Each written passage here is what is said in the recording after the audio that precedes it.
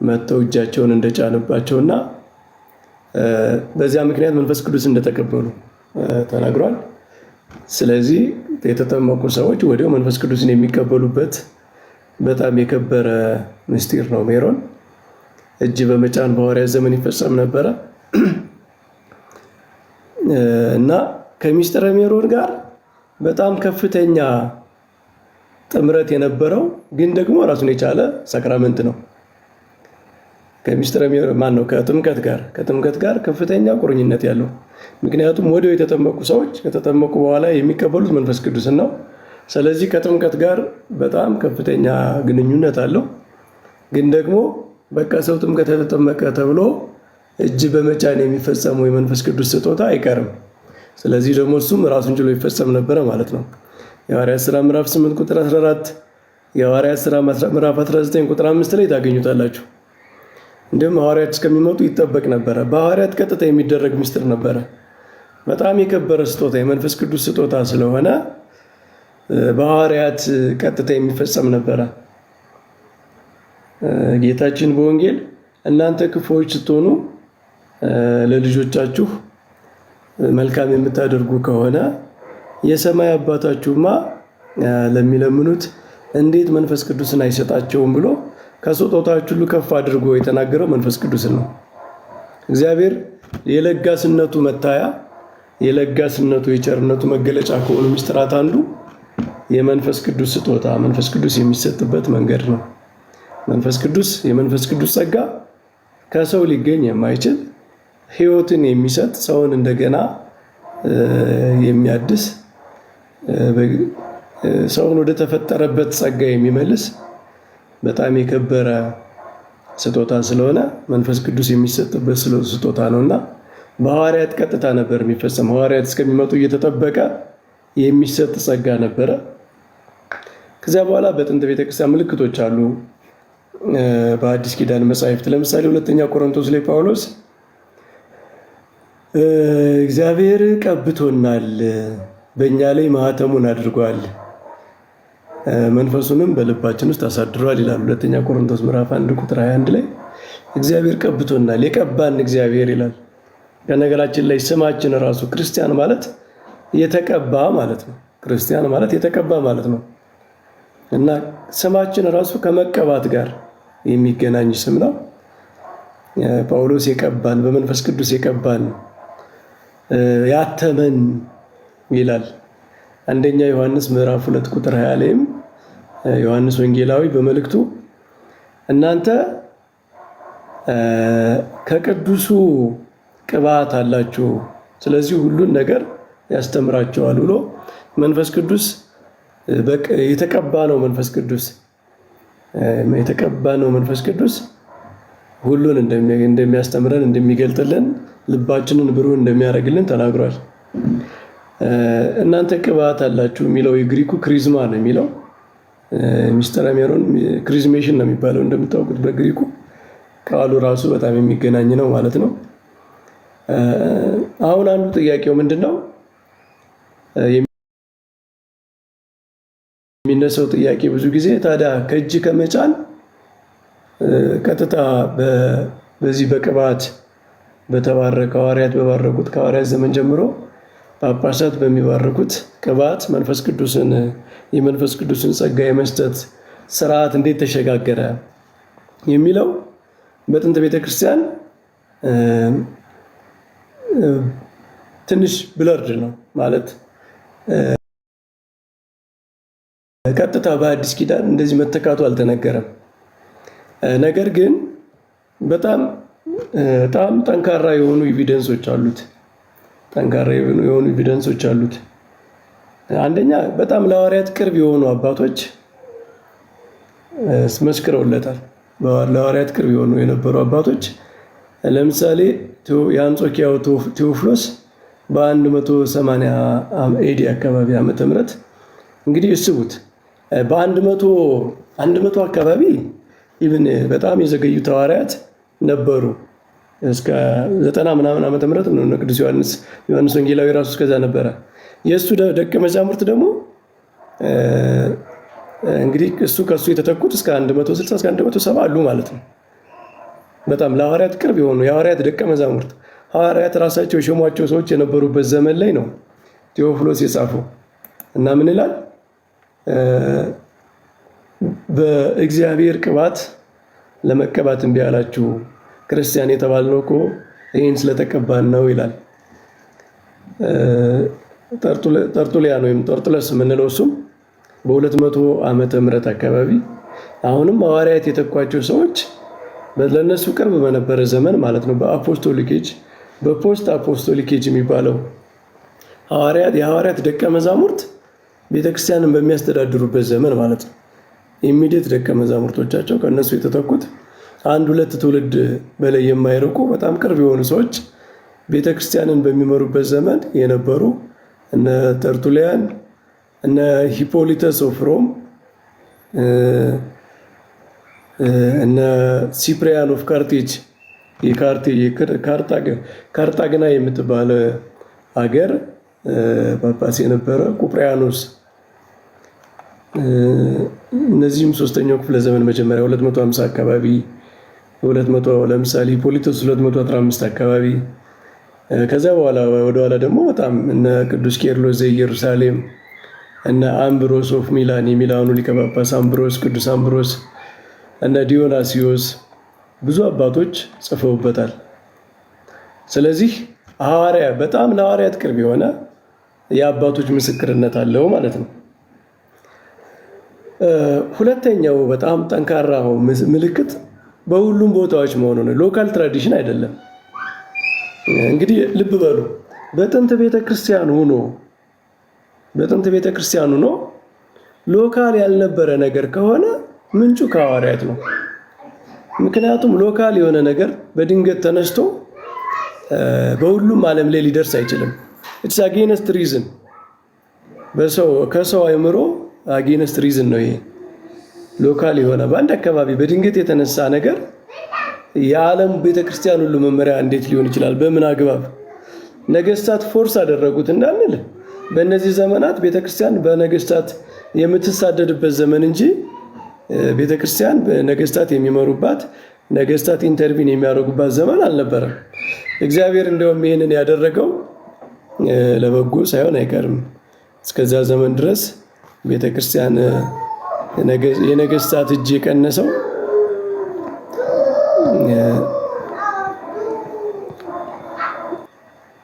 አንድ የሚያሳየው ነገር ምንጩ ኦቶሪቲ ካለው ጥንታዊ የሐዋርያት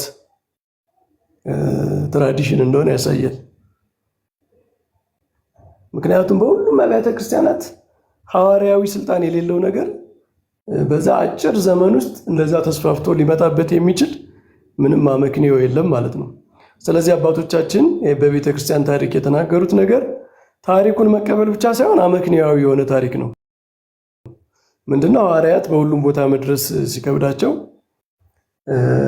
ይህንን የሜሮን ቅባቱን ባርከው በሁሉም ቦታ በእሱ ካህናት እያጠመቁ መንፈስ ቅዱስን እንዲሰጡ፣ መንፈስ ቅዱስን እንዲያድሉ፣ የመንፈስ ቅዱስን ጸጋ እንዲያድሉ አደረገው የሚለው ታሪክ የጥንት ቤተክርስቲያን ታሪክ፣ ቤተክርስቲያናችን የምትተርከው ታሪክ በጣም ከአመክንዮ ከሰው ልጅ አስተሳሰብ ጋር ራሱ የሚሄድ ነው። ምክንያቱም በዚህ መንገድ ባይሆን ኖሮ በሁሉም አብያተ ክርስቲያናት በሁለተኛው ክፍለ ዘመን ላይ ተስፋፍቶ በሁለተኛው ክፍለ ዘመን ላይ የሚታወቅ ስርዓት ሊሆን አይችልም። እንዲህ አይነት ምንም የለም። ኢትስ አጌንስት ኮመን ሴንስ ማለት ነው። ደግሞ በጣም ጥልቅ የሚያደርገው ነገር እንግዳ ስርዓት ሊደረብበት የሚችል ጉዳይ አይደለም። ይሄ እንደ የመንፈስ ቅዱስ መስጫ ስርዓት እኮ ነው። መንፈስ ቅዱስ የሚታደልበት ምስጢር እኮ ነው። ቤተ ክርስቲያን በዚህ ጉዳይ ላይ ዋዘኛ ትሆናለች ብሎ ማሰብ እንዴት ይቻላል? ቤተ ክርስቲያን መንፈስ ቅዱስ በሚታደልበት የመንፈስ ቅዱስ ጸጋ በሚሰጥበት ምስጢሯ ላይ እንደው ቸልተኛ ሆና ሌላ የሰው ስርዓት ይገባል ብሎ ማሰብ ራሱን ይገርመኛል። ሰዎች እንዴት ማሰብ እንደቻሉ እንደዛ። በሁሉም ዓለም ያለችዋ ቤተክርስቲያን በምዕራቡም በምስራቁም ያለችዋ ቤተክርስቲያን መንፈስ ቅዱስ በሚሰጥበት ምስጢር ላይ ሌላ አዲስ ሰው ሰራሽ ስርዓት አመጣች ብሎ ማሰብ፣ ሰዎች እንደዚህ ማሰብ እንዴት እንደሚችሉ ራሱ ይገርማል። የቤተ ክርስቲያን ሚስጥራቶቿን እንዲህ ነው እንደምትይዘው እንዴ? ሚስጥረ ቁርባን፣ ሚስጥረ ጥምቀትን እስኪዩዋቸው በጣም ሲሪየስ የሆነ ስርዓት ጥበቃ ነው ያላቸው። ሚስጥረ ሜሮንም ከነሱ አንዱ ነው። ስለዚህ ሐዋርያዊ መሰረት ባይኖረው፣ ሐዋርያት ባይመሰርቱት ኑሮ በምንም ታምር በሁለተኛው በሶስተኛው ክፍለ ዘመን ላይ ሚስጥረ ሜሮንን በሁሉም አብያተ ክርስቲያናት ያለ ሚስጥር ያለ ሳክራመንት ሆኖ ልናገኘው በፍጹም አንችልም። እና ምዕመናን በዚህ በጣም እርግጠኛ መሆን ይቻላል። በቤተ ክርስቲያን ያመነ ቤተ ክርስቲያንን መንፈስ ቅዱስ እንደሚጠብቃት ቤተ ክርስቲያን ሚስጥራቶቿን በተለይ መንፈስ ቅዱስ የሚሰጥባቸውን ጸጋ የሚገኝባቸውን ሚስጥራት እንዴት ከትውልድ ወደ ትውልድ በጥንቃቄ እንደምታስተላልፍ ለሚረዳ ለሚያውቅ ሰው የጥንት ቤተ ክርስቲያንን ጥብቅነት አደራዋን ለመጠበቅ ምን ያህል ጥብቅ እንደሆነች ለሚያውቅ ሰው በሚስጥረ ሜሮን ላይ የሚነሳው ክስ ዝም ብሎ እንደሆነ እናያለን። ነገራችን ላይ አንዳንድ የፕሮቴስታንት ትራዲሽኖች ከሚስጥረ ሜሮን ጋር የሚገናኙ ስርዓቶች አሉ። ለምሳሌ በአንግሊካን፣ በሉትራን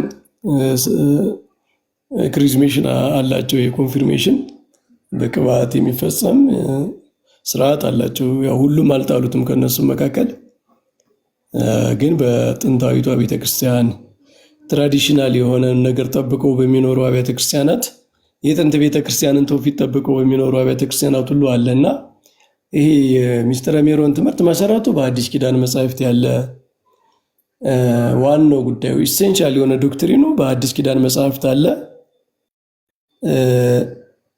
የአበው ምስክርነት አለው ከሐዋርያት ዘመን በኋላ የተነሱ የቅርብ አባቶች። ከሁሉም በላይ ደግሞ ቤተክርስቲያን በጥንት ዘመናት ሚስጥራቶቿን ትምህርቶቿን ከምትጠብቅበት ጥብቅነት አንጻር ተጋድሎ አድርጋ ሰማዕትነት አድርጋ በሰማዕትነት ነው ትምህርቷን ተጠብቅ የነበረና ይህን የመንፈስ ቅዱስ ጸጋ እና ሰው በጥምቀት ይወለዳል፣ አዲስ ሰው ይሆናል። ያ አዲስ ሰው የሚያድገው በመንፈስ ቅዱስ ኃይል ነው። በሚስጥረ ሜሮን በምናገኘው የመንፈስ ቅዱስ ጸጋ ያድጋል። ክርስቶስን ወደ ማመን ያድጋል። በመንፈስ ቅዱስ ይሰራል ማለት ነው። ሰው በየጊዜው እስከ መጨረሻው ድረስ እየተሰራ እያደገ ክርስቶስን ወደ መምሰል ይሄዳል ማለት ነው እና ይህ ታላቅ ሚስጥር ነው። ይህንን ካልን ስለ ሚስጥረ ሜሮን ወደ ዛሬ እንድንነጋገርባት ወደ አሰብኳት ርዕሳችን እንሄዳለን። ሮሜ ምዕራፍ 8 ቁጥር 2 ላይ ቅዱስ ጳውሎስ የሕይወት መንፈስ ሕግ የሚል አለ። የሕይወት መንፈስ ሕግ ምንድን ነው? ብዙ ጊዜ የጳውሎስን መልእክታት የሚተረጉሙ ሰዎች ቅዱስ ጳውሎስን የሕግ ተቃራኒ አድርገው ያስባሉ። ጳውሎስ ሕግን እንደሚቃወም በሕግ መኖርን እንደሚቃወም አድርገው የሚያስቡ ሰዎች አሉ። በስህተት ማለት ነው። ይህ ስህተት ነው። ቅዱስ ጳውሎስ የሚቃወመው ስፔሲፊካሊ የሕግ ስራ ብሎ የሚቃወመው በብሉይ ኪዳን ሕግጋት አሉ። አይሁድን ከአሕዛብ የሚለዩ የግዝረት የመባልት የሆኑ ስርዓቶች አሉ። አሕዛብ እነሱን ካልፈጸሙ ክርስቲያን መሆን አይችሉም እያሉ ይከራከሩባቸው እነዚህ ቢጽ ሐሳውያን የሚባሉ ሐሰተኛ ወንድሞች የሚባሉ መነሻቸው ከአይሁድ የሆነ ክርስትናን የተቀበሉ ግን ክርስትናን ሲቀበሉ በኮንዲሽን የሙሴን ስርዓታት እንዳያዙ፣ በተለይ እነዚህ ቅዱስ ጳውሎስ ጊዜያዊ ናቸው ሞግዚት ናቸው ያላቸውን ሁሉ አይ ሞግዚት አይደሉም ይዘናቸው ነው የምንኖር፣ አሁንም አንለቃቸውም፣ እነሱን ያላዘ ሰው እንደውም ከኛ ጋር አብሮ አይበላም አይጠጣም፣ ክርስቲያኑ ነው መቆጠር አይችልም እያሉ ይገዳደሩ ነበረ። ገላትያ 2 ላይ እንደተጻፈው ቅዱስ ጳውሎስ እነሱን ነው በጣም ከሕግ የሚቃወመው። ሁለተኛ ሕጉን የሚነቅፈው እንደ ጀነራል ደግሞ ሕጉን የብሉይ ኪዳንን ሕግ የሚነቅፈው ሕጉ ያዛል እንጂ እናድርጉ አታድርጉ ይላል እንጂ ሕጉ ኃይልን አይሰጥም ነበረ። አዲስ ልደትን የመንፈስ ቅዱስ ጸጋ አይገኝበትም ነበረ። ስለዚህ ለመፈጸም አስቸጋሪ ስለሆነ ኃጢአትን እየቆጠረ የባስ የሰው ልጅ በደለኝነት ይቆጥር ነበረ ነው የሚለው።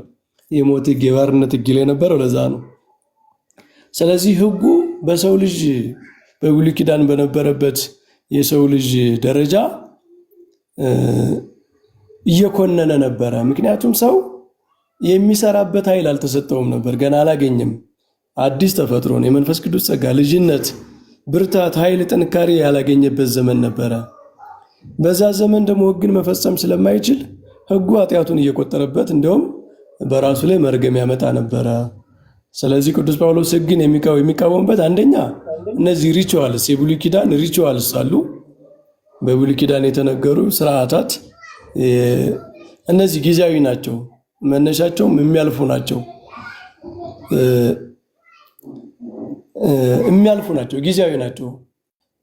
እስራኤልን ከአሕዛብ ለመለየት እንደ አጥር ቅጥር የነበሩ ሕጎች ናቸው። እነሱ በቃ ክርስቶስ ሲመጣ አልቀዋል። አሁን ግዝረት የድህነት ጉዳይ አይደለም። ለምሳሌ በዚህ ዘመን እንደዚህ አይነት ጉዳዮችን ነው። የሕይወት መንፈስ ሕግ የሚለው ግን ምንድን ነው? ቅዱስ ጳውሎስ የሕይወት መንፈስ ሕግ የሚለው ጌታ ሕጉን ያስተማረበትን በዚህ በተራራው ስብከት ያስተማረው ሕግ አለ። ለቀደሙት እንዲህ እንደተባለ ሰምታችኋል። እኔ እንዲህ የብሉይ ኪዳንን ሕግ የሚያጸነውን አጽንቶ የሚፈጽመውን ፈጽሞ የሚሻሻለውን አሻሽሎ በአጠቃላይ ጌታ ሕጉን እንደገና አጽንቶታል። ከነገራችን ላይ የተፈጸመው ተሽሮ ሳይሆን የተሰጠበትን ዓላማ ሲፈጽም ነው። ለምሳሌ ግዝረት የተሰጠበት ዓላማ ሲያልቅ በቃ ተከናወነ፣ ተፈጸመ ማለት ነው። ስለዚህ ሕግጋትን በዚህ መንገድ ወደ አዲስ ኪዳን ተላልፈዋል ማለት ነው። ወደ አዲስ ኪዳን መጥተዋል። ለምሳሌ የፍቅር ሕግጋት ቅዱስ ጳውሎስ ፍቅር የሕግ ሁሉ ፍጻሜ ነው ይላል። ተዋደዱ፣ እርስ በርሳችሁ ተዋደዱ ይላል። እንደውም የሚያጸድቀውን ሕግ ሲናገር የሚያጸድቀው ሕግ በፍቅር ማለት የሚያጸድቀውን እምነት ሲናገር በፍቅር የሚሰራ እምነት ነው የሚያጸድቀው ይላል። እንግዲህ ስቡት፣ እምነት ራሱ በፍቅር ከሰራ ብቻ ነው፣ ፍቅር ካለበት ነው የሚያጸድቀው ብሏል። ስለዚህ ሕግ ማለት ፍቅር ነው። በቃ የሕግ ዓላማ ፍቅር ነው። ስለዚህ ኢሰንሶ የብሉይ ኪዳን ሕግ ወደ አዲስ ኪዳን ፐርፌክቱ ነው መጥቷል። ሕጉ ፐርፌክት መሆን ብቻ ሳይሆን የምንችልበት የመንፈስ ቅዱስ ጸጋም ተሰጥቶናል። አሁን የመንፈስ ቅዱስ ጸጋ ተሰጥቷል። የመንፈስ ቅዱስ ጸጋ ተሰጥቷል። ዛሬ የምናከብረው በዓል ጰራቅሊጦስ መንፈስ ቅዱስ ቤተክርስቲያን ላይ የወረደበት በሐዋርያት አማካኝነት ለሰው ሁሉ ለክርስቲያኖች ሁሉ የተሰጠበት በዓል ነው እና መንፈስ ቅዱስ ከተሰጠን በኋላ እንደ ብሉይ ኪዳን ሰዎች ሕግን መፈጸም የማንችል ነን፣ ደካሞች ነን አንልም። ይሄማ የክርስቶስን ማዳን ከንቱ ማድረግ ይሆናል ማለት ነው። ክርስቶስ እኛን ሕግን ለመፈጸም የምንችል መውደድ የምንችል እግዚአብሔርን መውደድ የምንችል ሰዎችንም መውደድ የምንችል ካላደረገን እንደ ሙሉ በሙሉ አድኖናል እንዴት እንላለን? ከመዳን አንዱ እኮ አቅመቢስ ከመሆን መውጣት ነው። የመዳን አንዱ መገለጫው አቅመቢስ ከመሆን በክርስቶስ ሁሉን የሚችል መሆን፣ ኃይልን በሚሰጠኝ በክርስቶስ ሁሉን እችላለሁ እንዳለው ጳውሎስ እሱን መሆን ነው። ስለዚህ የሕይወት መንፈስ ሕግ ይላል ጳውሎስ ሮሜ 8 ቁጥር 2 ላይ እንግዲህ በክርስቶስ ኢየሱስ ላሉት አሁን ክህነት የለባቸውም ካለ በኋላ በክርስቶስ ኢየሱስ ያለው የሕይወት መንፈስ ሕግ ከኃጢአትና ከሞት ሕግ አርነት አውጥቶኛልና ይላል። ስለዚህ ሕግ አለ፣ አሁን ሕግ አለ፣ የምንመራበት ሕግ አለ። ግን የማን ሕግ ነው? በክርስቶስ ኢየሱስ ያለው የሕይወት መንፈስ ሕግ። በክርስቶስ የተማርነው ከሱ ያየነው በሱ መንፈስ የምንፈጽመው ማለት ነው። በክርስቶስ መንፈስ የምንፈጽመው ሕግ ከክርስቶስ ጋር አንዱ ነን። እሱ ግን እኛ ቅርንጫፍ ሆነን የምንፈጽመው ሕግ የሕይወት መንፈስ ሕግ አለ ማለት ነው። ስለዚህ ጳውሎስ አጌነስት ሕግ አይደለም። ጳውሎስ የሕግ ተቃራኒ አይደለም። ጳውሎስ ሕግን የሚኮንንበት ሕግን የሚቃረንበት የራሱ አስፔክት አለው፣ የራሱ መንገድ አለው። እሱም አይሁድ ለራሳቸው መለያ ይሄ ናሽናል ፕራይድ የአይሁዳዊነትን ኩራት የአይሁዳዊነትን ትምክህት ለማስቀጠል የሚፈልጓቸው ሕግጋት ነበሩ። እንደ ግዝረት፣ እንደ የመባለት እነዚህ ስርዓቶች እነሱን ጳውሎስ በቃ እግዚአብሔር ለአብርሃም የሰጠው ተስፋ አሕዛቡን ሁሉ ስለሚያጠቃልል አሕዛብ ወደ ክርስትና የሚመጡበት ዘመን ስለደረሰ እንደዚህ አይነት ህግጋትን ለእናንተ ለጊዜው የተሰጡ እንደ ሞግዚት እንዲያቆያችሁ የተሰጡ ህግጋትን ካልቀጠሉ አሕዛብም ያን ካልፈጸሙ ብላችሁ አታስቸግሩ ነው የጳውሎስ ዋናው ሐሳብ እሱ ነው። ግልጽ ነው። እስኪ አንዳንድ ሐሳቦች እንቀበል። ግልጽ ከሆነ አሸናፊ ቀድሞ የገባ አሸናፊ ነው። ቃለ ሕይወትን ያሰማልን መምህር። አሸናፊ አለህ? አለውኝ። ቃለ ሕይወትን ያሰማልን። አሚን አሚን። ግልጽ ነው የተነጋገርነው። ግልጽ ነው። በጣም ግልጽ ነው። በጣም ግልጽ ነው።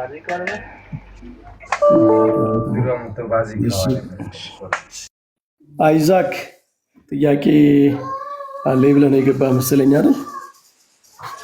አይደለም መምህር፣ አጠቃላይ ባሉት ሀሳቦች ላይ በስፋት የሚነሳውን ሀሳብ አይተን የሚጨመር ካለን እንላለን ብዬ ነው።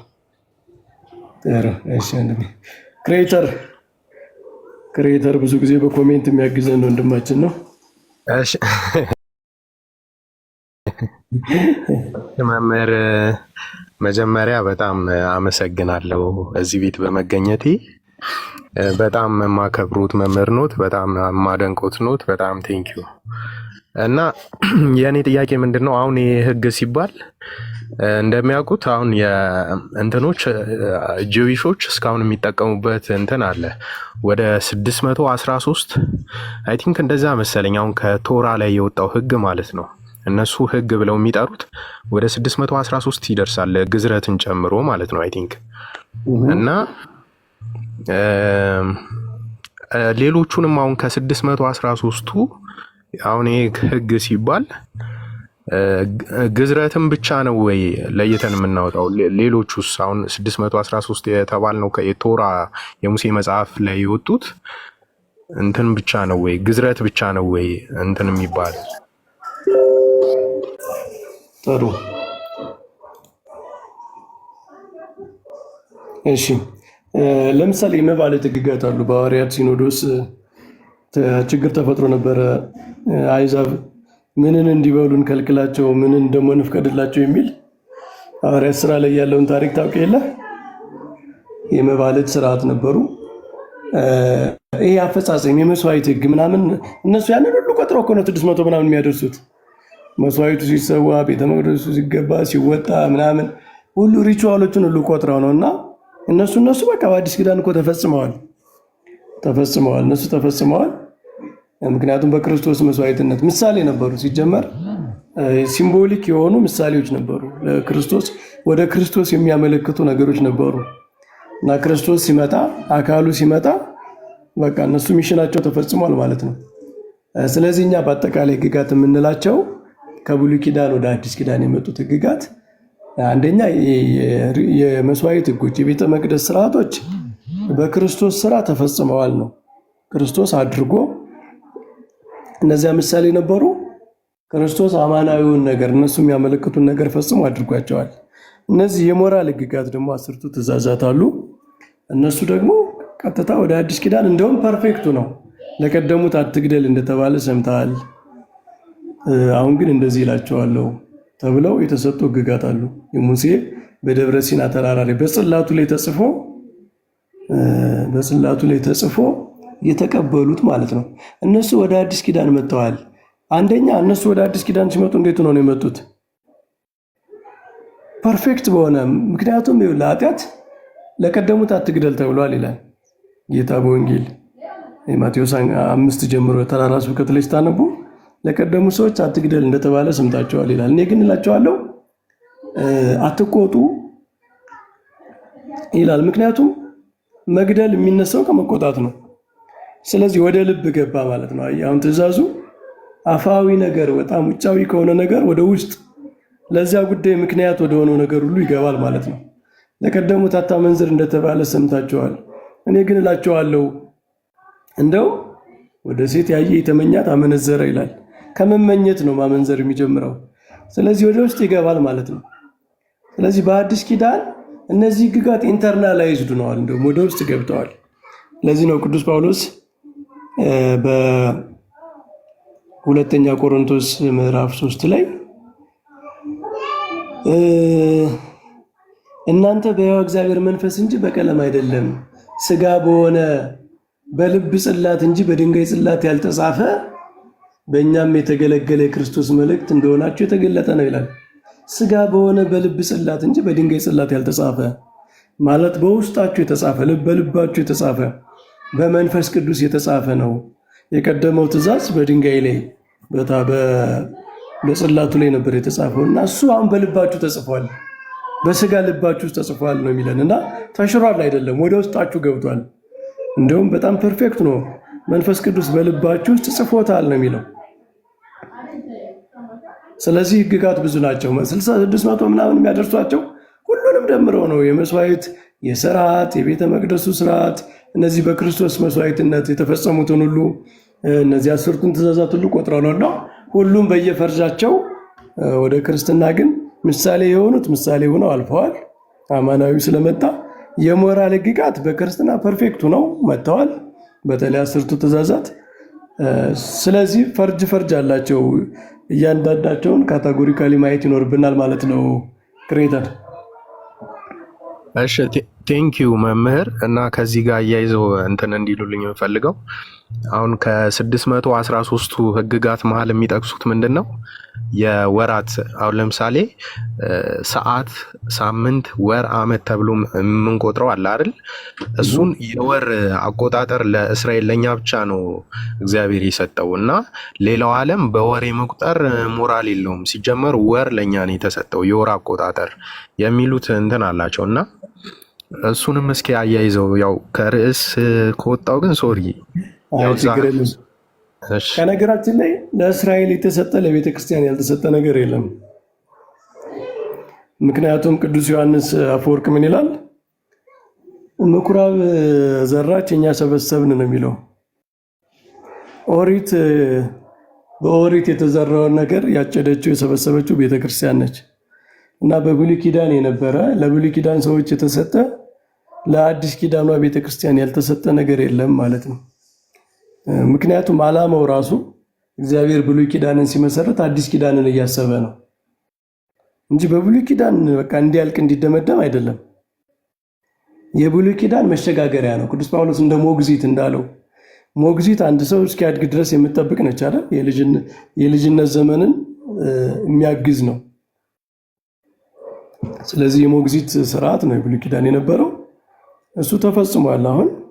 ስለዚህ የዚያ በምሳሌ ሆኖ አማናዊ ሆኖ ህግጋቱ ፐርፌክቱ ነው ወደ አዲስ ኪዳን መጥተዋል። ዘመናት አዝማናትም ሁሉ በአጠቃላይ ወደ አዲስ ኪዳን መጥተዋል። ለምሳሌ ፋሲካን እየው። የፋሲካ የሌሎችም ስርዓቶች እኮ የበዓላት ስርዓቶች በአዲስ ኪዳን አሉ። ለምሳሌ የዛሬው በዓል ምንድን ነው የሚባለው? በብሉይ ኪዳን የነዶ በዓል ነው አይደል የሚባለው? እነዚህ የብሉይ ኪዳን በዓላት አሉ። በዓለ መጸለት፣ የመኸር፣ ፋሲካ፣ የድንኳን በዓል፣ እንዲህ በዓላት በአዲስ ኪዳን ተተክተዋል። ፋሲካ፣ ትንሣኤ፣ የበኩራት በዓል ማነው? በዓለ ጴንጤቆስጤ። ስለዚህ በዓላቱ ራሱ መጥተዋል ማለት ነው። ወራቱም ቤተክርስቲያን በፈለገችው መንገድ ከአዲስ ኪዳን ሚስጥር ጋር በሚሆን መንገድ አሻሽላ ፐርፌክት አድርጋ ወስዳቸዋለች። ምክንያቱም የአዲስ ኪዳን የተፈጸሙ ኢቨንቶች አሉ። የጌታ ልደት፣ የጌታ ትንሣኤ፣ እነዚህ የመሳሰሉ ነገሮች በዚህ በቤተ ክርስቲያን የቸርች ሳይክል የዘመናት መለዋወጥ መፈራረቅ ውስጥ እነሱም ተካተው በቤተ ክርስቲያን ውስጥ አሉ ማለት ነው። እና አጭሩ መልስ ምንድን ነው? ለኦሪት ለእስራኤል የተሰጠ ለቤተ ክርስቲያን ያልተሰጠ ነገር የለም ነው። ምክንያቱም በኦሪት እግዚአብሔር ሲያደርገው የነበረው ለቤተ ክርስቲያን መሸጋገሪያ ስለነበረ። ግልጽ ነው ክሬተር? አዎ ቴንኪዩ በጣም መምህር። በቃ አንድ ነገር ሜንሽን ብቻ ላድርግ፣ ጥያቄ ሳይሆን ቴሌግራም አካውንት ቢከፍቱና እዛ ላይም ቢያስተምሩን መልካም ይሆናል ብዬ አስባለሁ። ቴሌግራም ይሻላል ከቲክቶክ? አይ ሁለቱም ሳይመልታኒስሊ መሄድ የሚችሉ ነገሮች ስለሆኑ እዛም ላይም በቴሌግራምም ቢመጡ ጽሁፎች እንደዚህ ፒዲኤፍ እያዘጋጁ ቢያጋሩን አሪፍ ይመስለኛል ማለት ነው። እስኪ እሞክራለሁ። እስኪ ጊዜንም አመቻችቼ በጣም ጥሩና የተነሳንበት ርዕስ የህይወት መንፈስ ህግ የህይወቱ ነው፣ ሕያው የሚያደርጉ ነው፣ የመንፈሱ ነው፣ በመንፈስ ቅዱስ የሚፈጸሙ ነው። በአዲስ ኪዳንም የእግዚአብሔር ህግ አለ ለማለት ነው። ህግ አለ፣ ያለ ህግ የሚኖር ህይወት የለም ነው። በአዲስ ኪዳንም በብሉይ ኪዳንም ህግ አለ። የብሉይ ኪዳን ህግ ጊዜያዊ ነገር ነበረው። ፍጹም ያልሆነ ነገር ለጊዜው የተሰጠ ነበረው። ጊዜያዊ የሆነው ነገር ተፈጽሞ ፍጹም ያልሆነው ነገር ፍጹም ሆኖ እንደገና የሰው ልጅ ለህግ መሆን አሁን ህግ መሰጠቱ ብቻ ሳይሆን ሰው ህግን መፈጸም ይችላሉ የሚለው ከባድ ጥያቄ ነው። ህግን መፈጸም የሚችል መሆን አለበት ሰው ህግን ለዚህ ሲሰጠው። ስለዚህ በአዲስ ኪዳን በመንፈስ ቅዱስ ጸጋ መንፈስ ቅዱስ በሰው ልጆች ውስጥ በማደሩ ምክንያት የሰው ልጅ ኃይል አግኝቷል፣ ታድሷል። ህግጋትን መፈጸም መውደድ የሚችል ሆኗል። ፍቅር ራሱ አንዱ የመንፈስ ቅዱስ ፍሬ ነው እንደምታውቁት። ስለዚህ የህይወት መንፈስ ህግ ተብሏል። የወንጌል ህግ ወንጌል ህግ ነች። ወንጌል ህግ ነች። ቅዱስ ጳውሎስ ህግን አይደለም የሚቃወመው፣ ወንጌል ራሷ ህግ ነች። ግን ምን አይነት ህግ ነች? የህይወት መንፈስ ህግ ነች። እንደ ብሉይ ኪዳን የሞት አይደለችም፣ ማለት ከሞት የማታድን አይደለችም። የብሉይ ኪዳን ሰው ህግን ቢፈጽም ራሱ ከሞት አይድንም ነበር። እንደምታውቁት መጨረሻው ሞት ነው። ከሞት የሚያድን ህግ አልነበረም። ስለዚህ የሞት ህግ ለዋል ጳውሎስ። ህግን እንደ ባርነት ያየዋል። ለምንድን ነው? ብዙ ሰው መፈጸም የማይችለው ነገራችን ላይ ሸክም ነው እና በብሉይ ኪዳን መፈጸም የማይችሉ ስለነበረ ህጉን በዚያ መንገድ ጳውሎስ ጠቅሶታል። አሁን ግን ሰው በአዲስ ተፈጥሮ መልካሙን ስራ ለማድረግ በክርስቶስ ኢየሱስ ተፈጠርን ይላል። መልካም ስራ ለማድረግ ስለተፈጠርን እንደገና አዲስ ተፈጥሮ ስላገኘ በዚህ አዲስ ተፈጥሮ ምክንያት ህግን በመንፈስ የምንፈጽም ሆነናል ማለት ነው። ለዚያ ነው የህይወት መንፈስ ህግ የሚለው። ስለዚህ በአዲስ ኪዳን ህግ አለ። ወንጌል ራሱ ህግ ናት። ህግ ስላለ ፍርድ አለ። ነገራችን ህግ ካለው ጊዜ ፍርድ አለ። ህግ የተሰጠው አካል ይጠየቃል። ፈጽሟል አልፈጸምክም። ለዚያ ነው በመጨረሻው ፍርድ ያለው። በመጨረሻ በክርስቶስ የፍርድ ዙፋን ፊት ሁላችንም እንቆማለን። ለምን? ህግ ስላለ። ህግ ባይኖር ኑሮ ተጠያቂነትም የለም ነበር። ህግ ግን ካለ ተጠያቂነት አለ። ስለዚህ የአዲስ ኪዳን ህግ ምን አይነት የወንጌል ህግ ምን አይነት ነው? ግን እንደ ብሉይ ኪዳኑ የብሉይ ኪዳኑ ህግ ቀጥታ እንዳለ አይደለም። ፍጹም የሆነው ፍጹም ሆኖ ሰው ታድሶ ሕያው ሆኖ መፈጸም በሚችልበት ሁኔታ ኃይል ተሰጥቶት የመንፈስ ቅዱስ ኃይል ተሰጥቶት የሚፈጽመው ስለሆነ ጳውሎስ የህይወት መንፈስ ህግ ይለዋል ማለት ነው። ይህችን ጉዳይ ዛሬ ያው ከመንፈስ ቅዱስ በዓል ጋር ከበዓለ ጰራቅሊጦስ አንጻር እንድንነጋገር ነው። ሌላ የገባችሁ ሰዎች ክርስቲያን የአንድ ጥያቄ ብቻ ይፈቀድልኛል? እሺ። አሁን ከዛሬው በዓል ጋር ተያይዞ ነው ከይቅርታ ጋር እና መንፈስ ቅዱስ አሁን ፐርሰኑ ራሱ ነው የወረደላቸው በእሳት አምሳል ወይስ የጸጋውን የተቀበሉት ማለት እንችላለን ሐዋርያት? አይ መንፈስ ቅዱስ ጸጋው ነው የተሰጠው። ግን ምን መሰለ ወረደ ሲባል መንፈስ ቅዱስ ቤተክርስቲያንን የሚመራበት በክርስቶስ የተፈጸመውን በሞቱ በትንሣኤው የተፈጸመውን ነገር የሚያስቀጥልበትና ክርስቶስን ራሱ በመንፈስ ቅዱስ በኩል የምንገናኝበት ምስጢራተ ቤተክርስቲያን በመንፈስ ቅዱስ ነው። ያ ኤጅ መጀመሩን ኢናጉሬት መደረጉን ለማሳየት ነው መንፈስ ቅዱስ ወረደ የሚለው። የመንፈስ ቅዱስ ኤጅ ማለት መንፈስ ቅዱስ ቤተክርስቲያንን የሚመራበት ነገር በአደባባይ በአዋጅ መጀመሩን የሚያሳይ እንጂ መውረድ ምናምን የሚባለው ለክርስቶስ ስጋዌ ነው፣ በሰው ስጋ መመላለስ ነው። ለመንፈስ ቅዱስ ሲነገር ግን ዘይቤያዊ ንግግር ነው። መውረድ ማለት መንፈስ ቅዱስ ቤተክርስቲያንን የሚመራበት ነገር መታወጁን፣ ከዚያ በኋላ ቤተክርስቲያን የመንፈስ ቅዱስን ጸጋ መስጠት ትችላለች፣ ተጀምሯል በይፋ የሚለው ማብሰሪያ ነው። በአካል አይደለም። በአካል መንፈስ ቅዱስ በአካል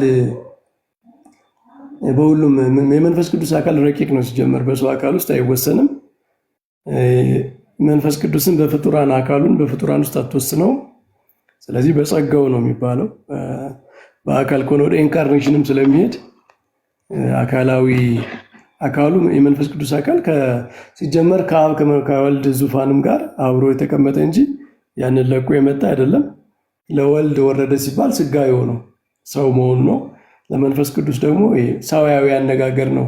ኦፊሱን መቀበሉን የመንፈስ ቅዱስ ዘመን መንፈስ ቅዱስ የክርስቶስን ስራ ለምዕመናን የሚያከፋፍልበት ዘመን መጀመሩን የሚያሳይ ነው እና እኔ ባለኝ መረዳት እኔ በማውቀው ጸጋው ነው መውረድ የተባለውም ይህንን ለመግለጽ ነው። ክሬተን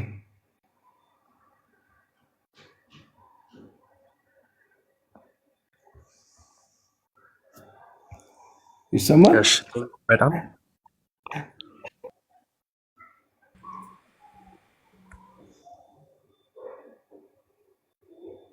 ሌላ ጥያቄ ክርስቲያን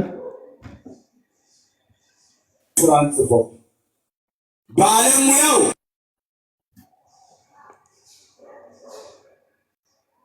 እሺ፣ ሌሎቻችሁ የወጣችሁት ይሰማል? መምህር ይሰማል? እኔ እየተማርኩ ነው እና አንዳንድ ኦርቶዶክስ ነኝ እኔ አንዳንድ ጥያቄዎች አለኝ፣ ግን እዚህ ጋር እርሱ ሌላ ስለሆነ ችግር የለም ሌላ ቀን እጠይቃለሁ። ልማር እዚህ ሆኜ ወይም ደግሞ ወርጄ እማራለሁ ቦታ ከፈለጉሽ። እሺ፣ አይ ችግር የለም እሱ ልትሆኑ ቦታ ስላለ ችግር የለም። እሺ እሺ መምህር ገዛኸኝ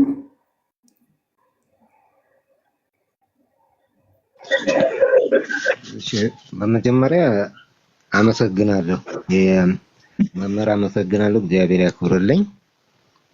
በዛሬ ነው ስሞቱን ስላየሁ በልቦና ችሎት እሱን ሳነብ ነው ይሄን ስም የማውቀው ነበረ። ይሄ ቆይ በንፋተ መንፈሴ ኦሪት ዘፍጥረት 2:7 ላይ ወጣ ካረስቱ ይቅርታ እሱም መንፈስ ቅዱስን እንደተቀበለ ነው አይደል? ልጅነት አሳደረበት የሚባለው አይሰማም? ይሰማል። አይ እሱም ጥያቄ ተፈጥሮብኝ ነው ዘፍጥረት ያለው ልጅነት አሳደረበት ጸጋ አሳደረበት ነው እንጂ ሰው መጀመሪያ ዝም ብሎ የሆነ ሬሳ ሆኖ እግዚአብሔር እፍ ሲልበት ያወነ ለማለት አይደለም።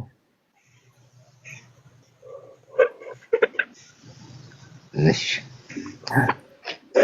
እና እኔ ከሱ ጋር ተያይዞ እንደገና ሃይማኖተ አቡን ደግሞ ሳነብ የቄርሎስ ጽሑፍ የሚለው ላይ የቅዱስ ቄርሎስ ጽሑፍ ላይ በገነት በነበረው አዳም ላይ የሕይወት እስትንፋስን እፍ ብዬ መንፈስ ቅዱስ ያሳደርኩት እኔ ነኝ የባህሪ አምላክ እኔ መሆኔን ለማጠየቅ በደቀ መዛሙርቴ ላይ በደቀ መዛሙርቴ ፊት እፍ ብዬ መንፈስ ቅዱስን አሳደርኩ ሲለኝ ትንሽ እኮ አሁን ካልነው ጋር ነው የሚሄደው አይደል? ታዲያ ልክ ነው። ያው ጌታ ምንድነው እግዚአብሔር በስነ ፍጥረት ዓለምን የፈጠረበት ቃሉ ራሱ በኋላ መጥቶ ሰው ሆኖ ያዳነው እሱ መሆኑን ለማሳየት ነው።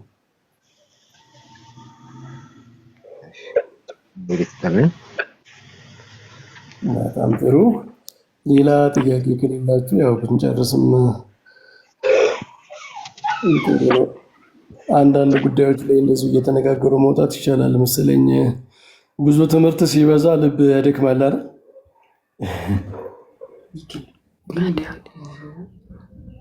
መምህር ይዘክ አቤት። ከጂውሾች እና ከሳማሪታን ጋር በተያያዘ ምናልባት ሌላ ቀን እንደ ሀሳብ ቢነሳ ከዴትሮኖሚ ጋር እና ከቶራ ጋር የተገናኘ ህጎች አሉ አይደለ? ጂውሾች የሚቀበሉት ሳማሪታን ደግሞ የራሳቸው ቨርዥን አላቸው እና በተለይ ከዚህ ከታሪክ ሂደት ጋር በተያያዘ አንድ ቀን እንደው ውይይት ቢኖር ጥሩ ነው እንደ ሀሳብ። የብሉይ ኪዳን ነው የብሉይ ኪዳን ከዛ በኋላ አዲስ ኪዳኑን የተቀበሉበት በተለይ ከነዚህ ከሳምራውያን ጋር የተያያዘ ኢቨን ከታሪክ ጸሐፊ ጋር ደግሞ ምናልባት ከታሪክ እንትን እንዳልወጣ ጆሴፈስ ፍላቪየስ እና ጆሴፍ ቤንጎሪዮን የሚባሉ ሁለት አሉ አይደለ? በታሪክ ጸሐፊያን ዘንድ እነሱም ያምታታሉና የትኛው ነው ጆሴፈስ ፍላቪየስ የቱ ነው ደግሞ ጆሴፍ ቤንጎሪዮን? ምናልባት ከርዕሴ እንደወጣ ይሰማኛል፣ ግን ምናልባት አንድ ቀን እንደ ርዕስ ተደርጎ አሻሚ ታሪኮች ውይይት ቢደረግባቸው ምናልባት መምህር እንደ ጥቆማ ነው። በጣም ጥሩ። እሺ፣ እስኪ አንድ ቀን እንዘጋጅባቸውና እናደርጋለን። በተለይ የብሉይ ኪዳን ታሪክ በጣም ብዙ ጥናት የሚጠይቁ ስብስብ ነገር አለው። እስኪ እንሞክራለን ግን። እሺ መምህር። እሺ ወንድማችን፣ ሌሎች ጥያቄዎች ካሉ? ሃይሚ ሰላም። ሰላም መምህር፣ እንዴት ናችሁ? እንኳን አደረሳችሁ። እንኳን አብራ ደረሰን። እንዴት ነሽ? በዓል እንዴት ነው? እግዚአብሔር ይመስገን መምህር። መልካም። ከታች የሆነ ጥያቄ እየጻፍሽ አይቼው ነበር። አዎ፣ እሱን ቢያብራሩልኝ። ማለት መንፈስ ቅዱስ በአካል የወረደበት እንትን አይደለም። ክርስቶስ ደግሞ ከማረጉ በፊት ማጽናኙ መንፈስ ልክላቸዋለሁ ብሏል አይደለም ለሐዋርያት። ስለዚህ ጸጋውን ማለቱ ነው። ያ መንፈስ ቅዱስ እኮ በፊትም ነበረ። ለምሳሌ ጌታችን ሲጠመቅ በርግብ አምሳል መጥቶ አረፈበት ይላል አይደል? መንፈስ ወደ ምድረ በዳ መራው ይላል። ስለዚህ መንፈስ ቅዱስ አሁን በፊት ስራ ሳይሰራ የነበረ በሰማይ ብቻ በዙፋኑ ብቻ የነበረ በዚህ በምድር ላይ በፊት ስራ ያልሰራ አይደለም። ግን እልክላችኋለሁ ማለት በቃ ጌታ እሱ ሄዶ የመንፈስ ቅዱስ ዘመን መንፈስ ቅዱስ ስራ የሚሰራበት መንፈስ ቅዱስ ጌታችን የተናገረውን ትምህርት በልባቸው የሚያሳድርበት ጸጋውን የሚሰጥበት ዘመን ይጀመራል። እሱ መጀመሩን ለማሳየት እንጂ መንፈስ ቅዱስ በፊት ያልነበረ ክርስቶስ በምድር ላይ ሲመላለስ ያልነበረ በኋላ የመጣ አይነት እንደዚህ አይነት ትርጉም የለውም። ምክንያቱም ምን እግዚአብሔር በሁሉም ቦታ እኮ ነው አይደል ያለ፣ የሚሄድ የሚመጣ አይደለም። እግዚአብሔር ከዙፋኑ ምን ያለ በምድር ላይ ሞልቶ አለ እና ስራ መስራቱን ነው የሚያሳየው። የተለየ ስራ መጀመሩን፣ የሆነ ፌዝ መጀመሩን በድነት ታሪክ አዲስ ፌዝ በመንፈስ ቅዱስ ከዚህ በኋላ ክርስቶስን ራሱ በመንፈስ ቅዱስ ነው የምናውቀው።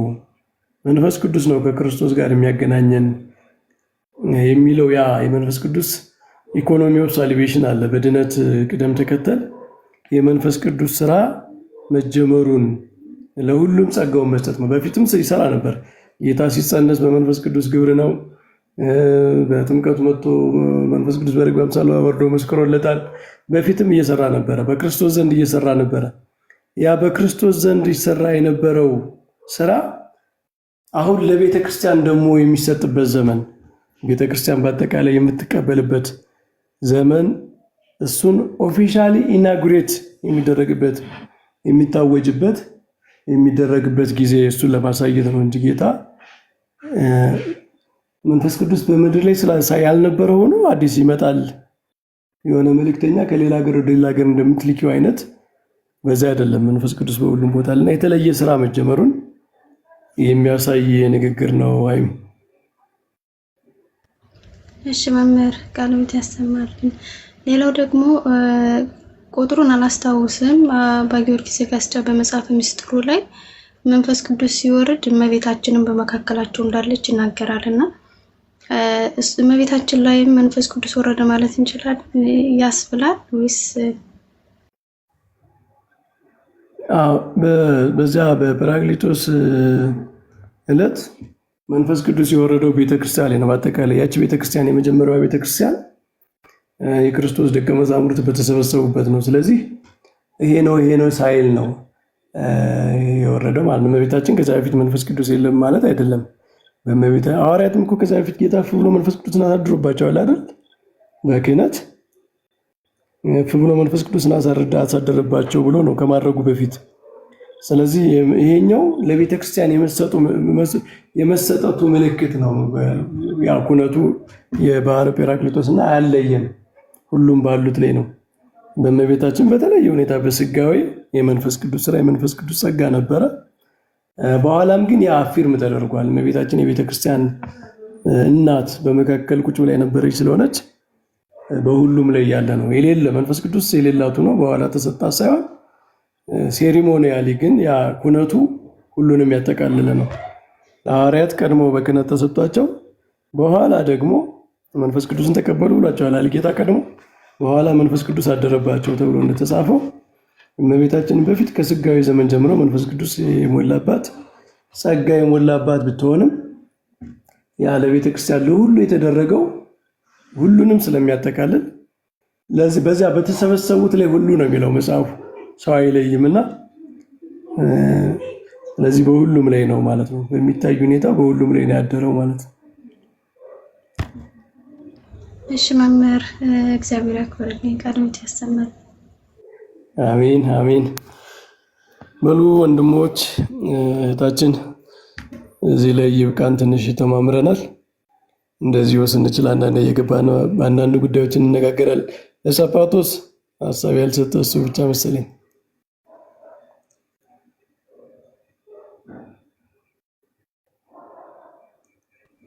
ይቅርታ ግን መምህር ከቻሉ ቴሌግራም ቢከፍቱ እንደገና ደግሞ እንደዚህ ሁሉ ቢያንስ በሳምንት 3 እንደዛ ቢገቡ አሪፍ ነው ያስባሉ። እሺ አሁን እኮ በዚህ ሳምንት ራሱ 1-2-3 ቀን ገባው እንደዚህ ሞክራለሁ። ቴሌግራም ከፍታለሁ። እስኪ አለኝ አክቹአሊ በደንብ ስላልተዋወቀ ነው። አንድ ቴሌግራም ግሩፕ አለኝ፣ በሱ እንጀምራለን። እሺ እናመሰግናለን መምህር። ያሉትንም የቴሌግራም አካውንት ያስተዋውቁንና ይበልጥ ደግሞ ፌስቡክ ላይ የሚያጋሩ ጽሁፎችን እዛ ላይ ለማጋራትም እንዲህ አይነት ትምህርቶች ያሉ እንትን ለማለትም አንዳንድ ፒዲኤፎችንም ሼር ለማድረግ በጣም ይጠቅመናልና እሱን ቢያስተዋውቁን። ቀጥሎ ደግሞ በቀጣይነት ግዝረት በጥምቀት እንደተተካ ያው አንድ ጽሁፍ ቢያጋሩን ሙሉ መረጃ እንዲኖረን እሱ ላይ የተወሰነ ያህል ቢሄዱበት በቀጣይ። እስኪ ሁሉንም ያው የጊዜ ሁኔታም ትንሽ ያስቸግራል። ሌላ ተጨማሪ ስራዎች ይችላሉ፣ ግን በቻልኩት መጠን ቀስ በቀስ እነዚህን አደርጋለሁ። ባገኘሁት ጊዜ ሞክራለሁ።